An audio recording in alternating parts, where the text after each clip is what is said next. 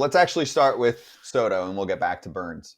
You reported the Okay. other day in the New York Post about the Yankees upping the offer. How are you weighing the sweepstakes at this point? And can you give us some more insight on how the Yankees are having a battle, say, the Mets and the Red Sox? Okay, yeah. I mean, at this point, I mean, all five teams have a shot. That's all I can say. I mean, certainly the Yankees, the Mets, Red Sox, Blue Jays, and Dodgers all involved as we go here. I think I would say that we're perhaps only a week away from something coming to fruition.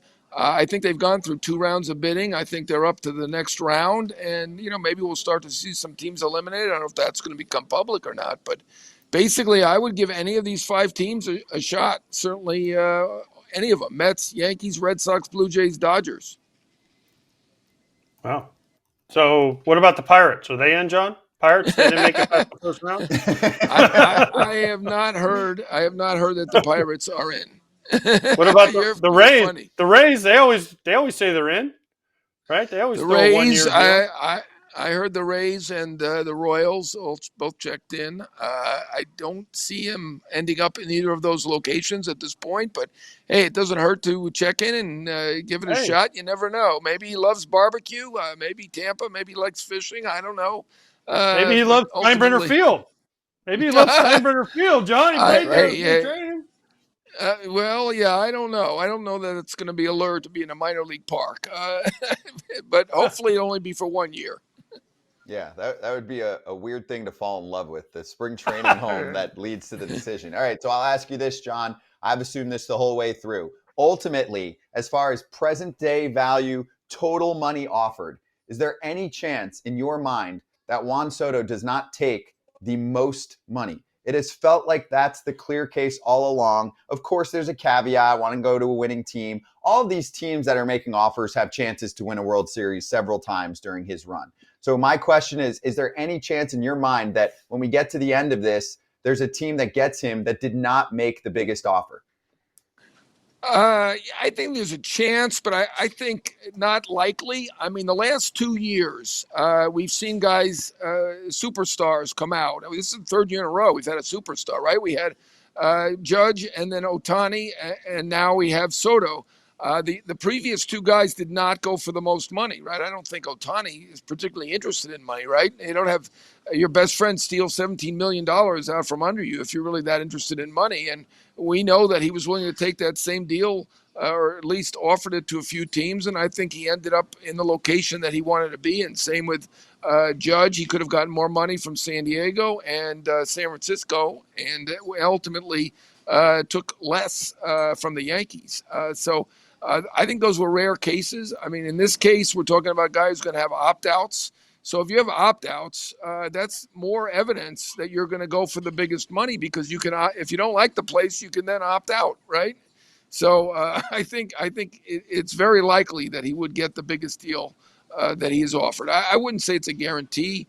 Look, Toronto might offer the most, and maybe for whatever reason, taxes or a Canadian dollar or something. Of course, that's affected by the money, or maybe he wants to be in the United States. So I think it's possible he could leave a little money on the table, but I don't think it's the situation where Judge wanted to go back to the Yankees, and you of course had Otani want to stay in Southern California. I think Otani would have gone back to the Angels if they had said yes to the $700 million, and they didn't do it. So he was a guy who was, I think, a guy who loved Southern California and wanted to be in that location.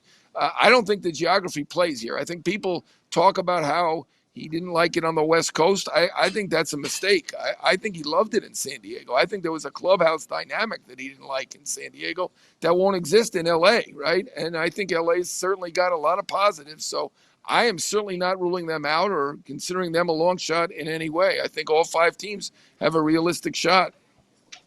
John, let me take you to the pitching market. So in the last week, we had Blake Snell, of course, signed with bonus deferrals, the whole deal, but got a very nice contract. And then just in the past 24 hours, Frankie Montas signs for 2 years, $34 million, close to $30 million for 2 years for Matt Boyd. So what do you think of these early deals here in the pitching market and what it could indicate for others? Like we had a question right before you came on asking over under Corbin Burnes 200 million. We all felt pretty easy going over. Yeah, I mean, I think it's going to go over. I think my prediction for him was 210, so that's over the 200. I think these mid-tier guys have really done spectacularly. I think the fact that they don't have qualifying offers attached to them really helped them. But I mean, certainly the Boyd deal is outstanding, and the Montas deal, that one really surprised me that he did that well. But look, I would never criticize David Stearns and the Mets. Every move that they made last year, except for the really small deals, they all worked. So,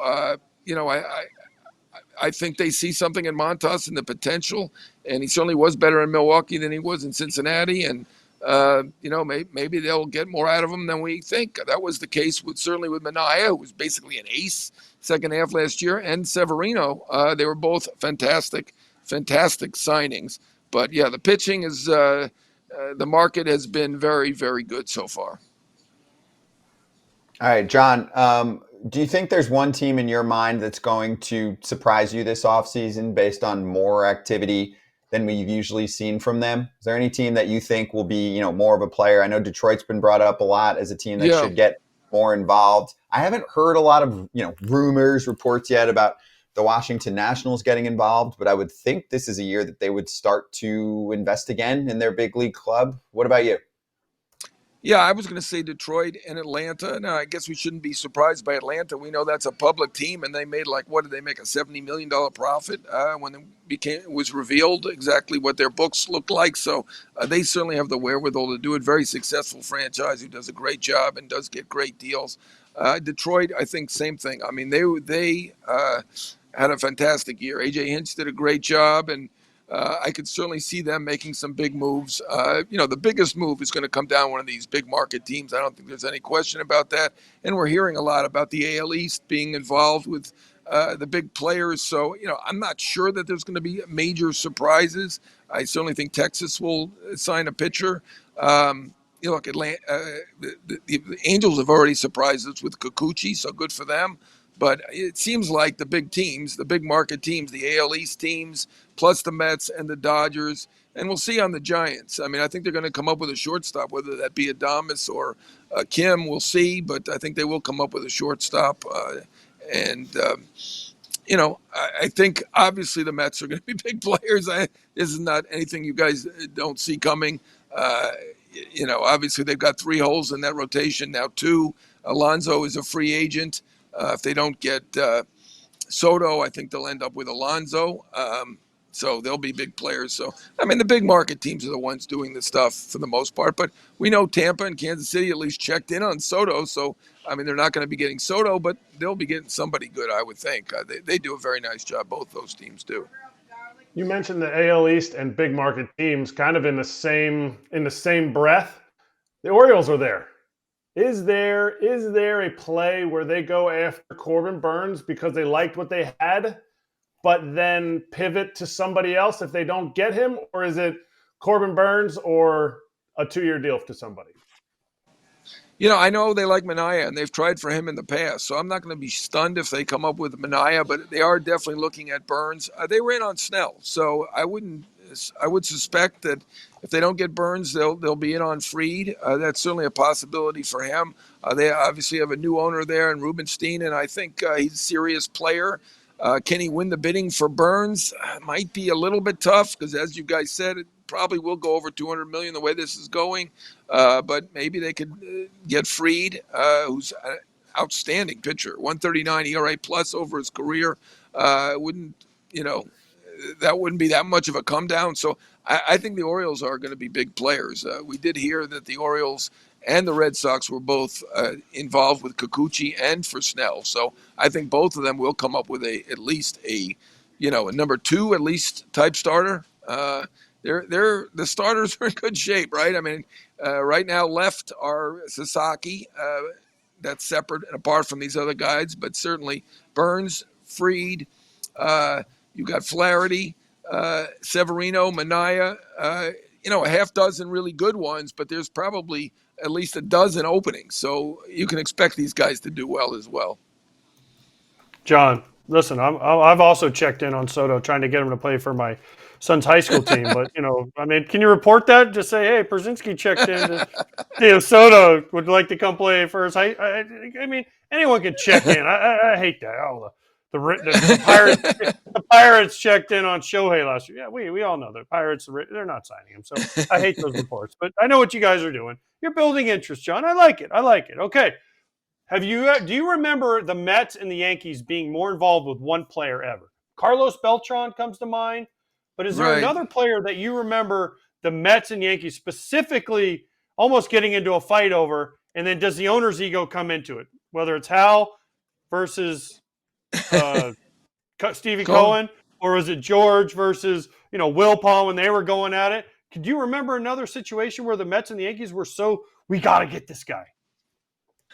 I think you really hit on it with Beltran, right? Beltran was willing to go to the Yankees for less, and the Yankees made the mistake of not taking him up on it, right? He got 119, 120 million from the Mets, and I think he was willing to go for like 98 or something like that with the Yankees, and they didn't do it. He eventually did play a little bit for the Yankees, but certainly did very well for the Mets, and they ultimately traded him. I think that was for Wheeler, so it worked out on all fronts for the Mets. They did a good job there.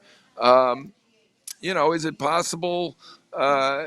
In this case, it's going to come down to the Yankees and Mets. Sure, it is possible. But like I said, I think there are three other teams that are involved that are serious bidders. I think Toronto certainly has the wherewithal. Boston certainly has the motivation and the wherewithal. And we know the Dodgers have the money to do anything that they want to do. And me personally, I'm hoping for baseball's sake that the Dodgers don't come up with Soto and Sasaki. That's what I'm looking at right now is anybody but today, even though I love the Dodgers, I love LA, it's a great place. I thought it was great that Ohtani signed there. It's almost too much. They won the World Series last year without Ohtani pitching, without Kershaw available, without Glasnow, without Gonsolin, without Miller, without May. They got all those guys coming back without Stone last year, and he will not be back this year. But, now they've signed Snell, and so they're already the World Series winner that is improving more than anybody. So, it's almost too much. They're a rare case where I'm going to say a team is almost too good at this point. John, you should make a song. It's called "I Love LA." They would play it after the games in LA. It would be a huge hit. I love that song. Randy Newman is the best. I'm here. It's going on in my head. I was there all of October. I believe you. All right. So since you went to Northwestern, your daughter goes to Northwestern. How much money have you given to the football team for their new stadium? Because I went to that old stadium. Excuse my language. It was a crap hole. So how much money, and is it going to be the Jon Heyman field that they're building in Evanston, where they can't play night games because of lights? And there's all these rules that they can only play at like 9 a.m, so no one gets mad. So how much money has Jon Heyman given to Northwestern football?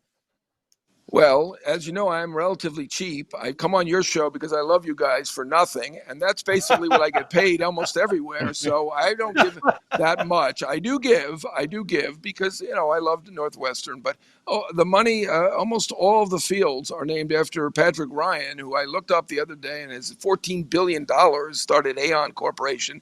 And I'm going to allow him to give all the money. He's doing a nice job. He's 87 years old, and his wife, they are Northwestern grads. And the other money is given mostly by Pritzker, who's the governor's family, and Crown, and Mark Walter, the owner of the Dodgers. Another reason I like the Dodgers, although I don't want them getting Soto. I did, when I dropped my daughter off at the beginning of this year, they had the orientation on Walter Field or Walter Arena or something. Like, wow, that's got to be Mark Walter. And I saw him and his wife at the World Series, and I thanked his wife for giving us that field, and she said, you're welcome. They did a great job with it. So I do know that it was the Mark Walter Field and his wife. And isn't it also the Kellogg School of Business? Kellogg is. It is the Kellogg. Yes. I don't know. I don't know. I'm not familiar with Kellogg. Is that the cereal? I don't know. I'm not very good at business. As you guys I'm trying know, to put A to B here. Yeah. I'm not good at business. As Mark Weiner can tell you, I'm a volunteer for almost every job. So I'm not good at business. I couldn't tell you that. Well, I will say this. We pay you in intense promotional love. Hard-hitting New York Post insider at the top, and then we'll finish this with again, promoting the show. Jon Heyman, Joel Sherman teaming up every week. Oh, look at that, John. I mean, not every place you go on, radio, etc., does that. So there it is. Well, that's the very, pod. very good, flattering right? picture. Very flattering picture of both of us, and I John, apologize for my technical difficulties. I'm a Northwestern graduate. I'm so smart. I forgot that the time in Chicago is different than the time on the East Coast. So when I got the text from Mark Weiner, "Oh, we're ready for you," I'm like, "Oh my God, it's 1:48 now, not 12:48." So I'm not that bright. So I appreciate all the publicity. It's more than I deserve at this point. Hey, John, Manscaped will trim that beard up. Yeah. Manscaped will trim that beard up nicely, like in the picture on the TV. No, I like I'm roughing it. I'm roughing it until I get to the winter meetings and I have to go on TV every day. I'm roughing it. I don't like shaving. He's roughing it in Evanston, Illinois. Yeah, tough life. Tough life in Evanston, Illinois, right. John. Well, John, you're the best. Thank you so much for joining us. Appreciate the time. Go crush the rest of the meal, and we'll see you at winter meetings and look out for your reports, okay? All right. Great talking to you guys as always. See you later. Hey, everybody. Be sure to like and subscribe for more content. We're back here every weekday, all year long, so do not miss an episode. The videos are coming in all day. Here's another video you might enjoy. Baseball the way it should be covered.